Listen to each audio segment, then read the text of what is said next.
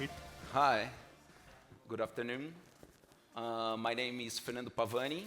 I'm the CEO and founder of BTech. I'm very honored to talking to you today, to be invited to. So uh, I hope to share a little bit of my experience working with Instagram and Prajit and Ripple. So in the past, I've worked in the top, uh, the biggest private Brazilian bank, and also one of the biggest global asset managements of the world. So uh, during my 15-year experience, I working the Brazilian market, I learned that Brazilian banks had a hard time delivering low-cost, scalable solutions to real-time, transparent, and cross-border payments. So in 2016, I founded BTech to address all these problems. And BTech right now, it's an infrastructure provider for Brazilian cross-border payments. And through our solutions, we serve clients, individuals, and business that wants to transact, not only do P2P transactions, small transactions, but any size, any value of transactions. And clients, Brazilians, can get free of the limitations of the Brazilian regulation. Since 2016, 2 years ago, we transacted more than $1 billion, and we have more than 50,000 clients right now. So although we are in the beginning of the history, we think we are contributing for a good environment. I would like to pass to Prajit, that runs a similar business over there, yeah, but in the other side of the planet. perfect. Thanks, Fernando. I always get very exciting sessions, which is post-lunch. So I thought let's make it a bit interactive. So how many of you actually send cross-border payments regularly? Can I put our hands up? Right. Okay, perfect. So good mix of people. So what are the common challenges you see when you send a cross-border payment? Do you use banks? How many use banks? Okay, that's a healthy number. How many use cross-border payments provider? Okay, so it's like 50-50. Okay, so what's the biggest challenge which you face today when you send a cross-border payment?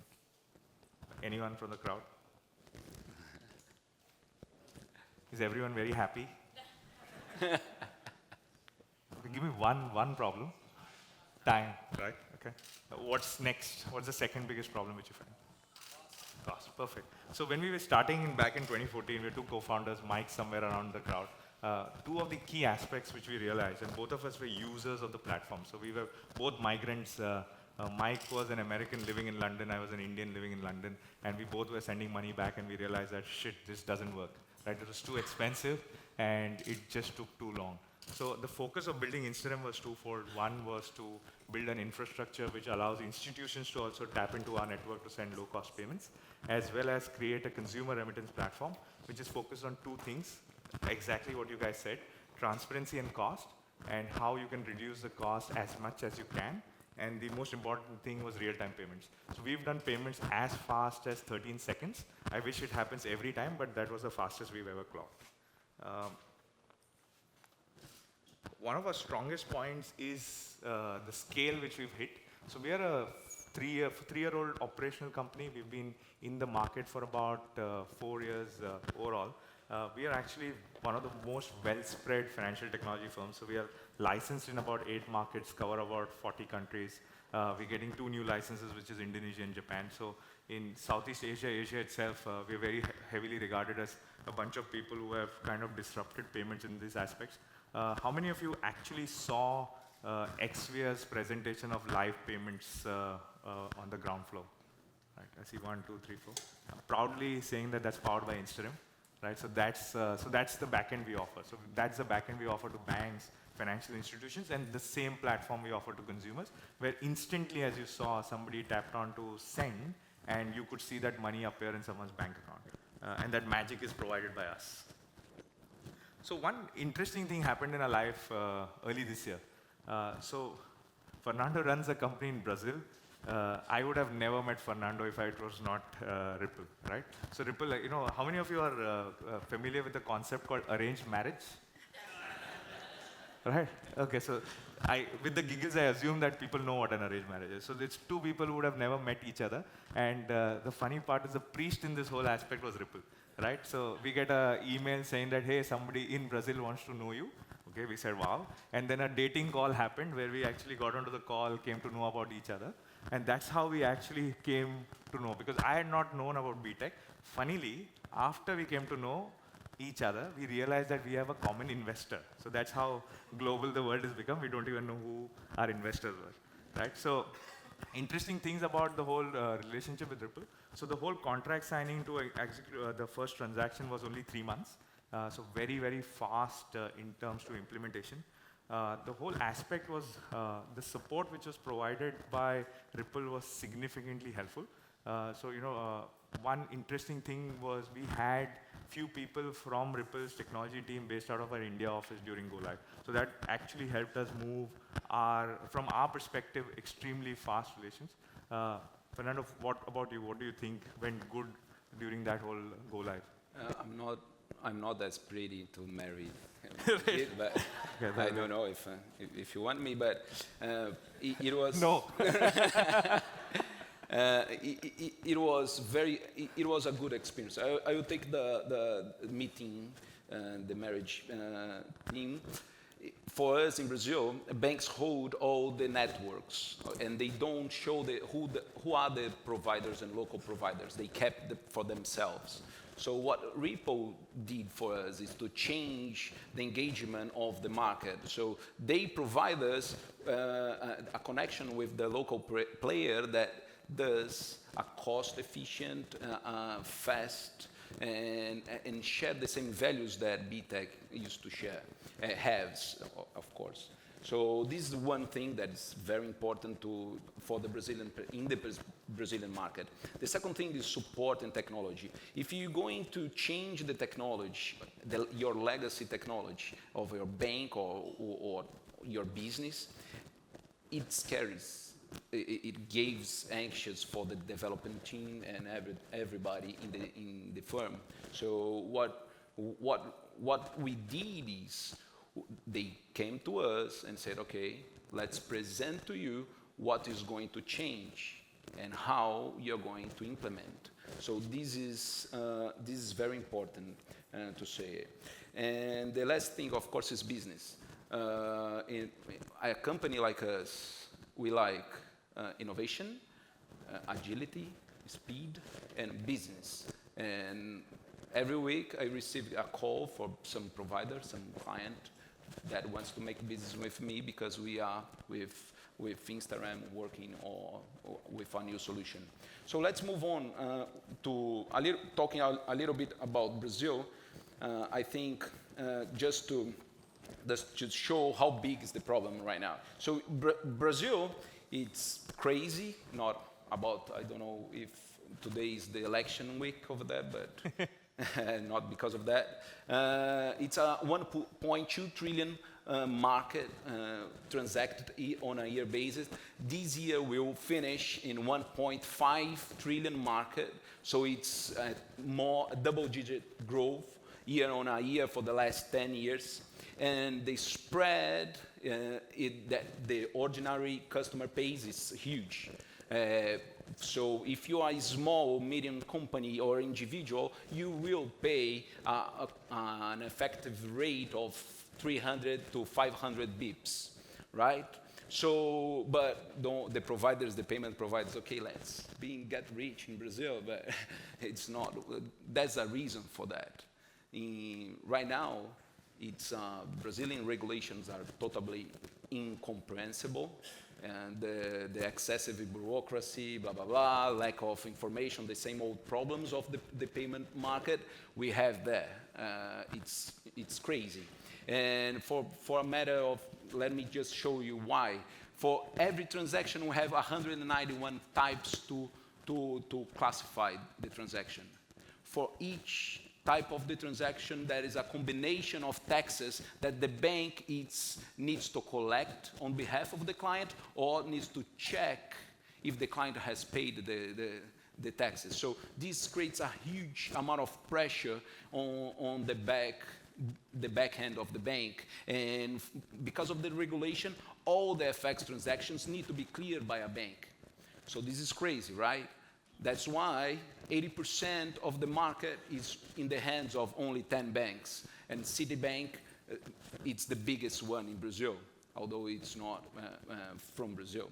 So our solution was, what we did, I don't know if it's going to change. Okay, so what we did is to streamline all this process so that our clients can do the same transaction in less than 5 minutes from onboarding to the settlement. So we build a system with all the requirements, central bank registration, KYC, AML, pricing, connection in a good partner other side of the world, so that we could deliver a fast, cost-efficient, and transparent for the end user. And of course, we always pay attention to the taxes. I don't know if who was here listening to the regulators in Brazil. Everyone needs to pay the taxes, otherwise you can go to jail. So the main purpose of that is to give a proper real-time feedback for the client. Even if the transaction goes wrong, we have a real-time feedback. That's what the Ripple system is doing right now when we connect with Instagram, and Instagram does the payouts for us. So we think we are contributing for the Brazilian consumer in a way that we are allowing the Brazilian consumers, ordinary ones, to connect with the best global financial services. When we live there, you feel that you're in the hands of local banks that do a terrible job while serving you with financial transactions and credit and everything. So our clients right now can do not only P2P transactions, but investments, pay bills, receive income, and get mortgage from overseas. Our third most client, they invest directly in companies in Europe. That's a good thing to do. Okay, thanks. I think I actually fell off my chair when he said Brazil market operates at 500 bips, which is like 5%. I think the last time I heard 5% is when my wife charges me daily interest rate when I take money from her, right? Like, who in the world charges 5% to kind of make a transfer? I think one key aspect which we've kind of really focused on is to reduce costs significantly. So World Bank acknowledges Instagram as the lowest cost provider in all the markets we currently function. We're the bad boys in driving remittance costs down. My favorite example is we launched in Europe. A week later, Europe's largest player for a single corridor dropped 20 bips just because we launched, right? And they want to tell me that it's coincidence, but there is no coincidence in that. So one of the ways we are actually able to reduce cost specifically is we do direct connectivity with local payment systems. In a lot of markets, we are institutions where we don't even require a bank. Europe is a great example. So Europe, in a market, we are an electronic money institution, so we don't require a bank at all. We actually process payment directly through our gateway and connectivity. So we don't need a bank to collect, disburse any of these aspects. So one of the key aspects which increases the cost of payments is compliance. So we've automated a lot out of it. We verify and check every transaction through 200 different databases to ensure that it's not a terrorist, it's not like a PEP who's trying to launder money, or there are no layering in the transactions, etc. And once we receive the transaction, we've got direct connectivity with banks with multiple markets where we actually own the pipe. And we actually own the pipe of pushing the payments directly into each of these markets. And it's a completely scalable solution. So today, if you want to do 4 markets, you do 4 markets. If you want to do 40 markets, it's the same API, it's the same interface, all of those aspects. So 2 things which really help. So somebody like a Fernando who comes from Brazil and he wants to scale, we provide him a quicker go-to-market. And all of this is actually powered through the current 3.4, through which we are in a way connected, right? So I think we've got a minute left. I would ideally want to push it out for questions. Hopefully you'll have some interesting questions you can ask us. we've got one hand. Thank you. If possible, I would like for you to give us a description of your customer evolution over time from the beginning of your company. Sure. And if possible, if you can talk in terms of like classes, class A, B, C. No, perfect. I think great question. So from our perspective, right, remittance, the biggest challenge in remittance is trust, right? So original transactions, and Mike, who's my co-founder, is also a compliance head, and he'll hate me saying for this. I used to go on Facebook groups and say that, hey, I've set up a remittance company. We are the lowest cost and we're the fastest to provide a service. Why don't you come and test? And he used to say, hey, that's non-compliant. But I'll keep him aside. He'll be screaming at me later. But I think the key aspect what we saw is the customer was ready to test. Because he used to come to the website and he used to see, oh, this looks like a great rate.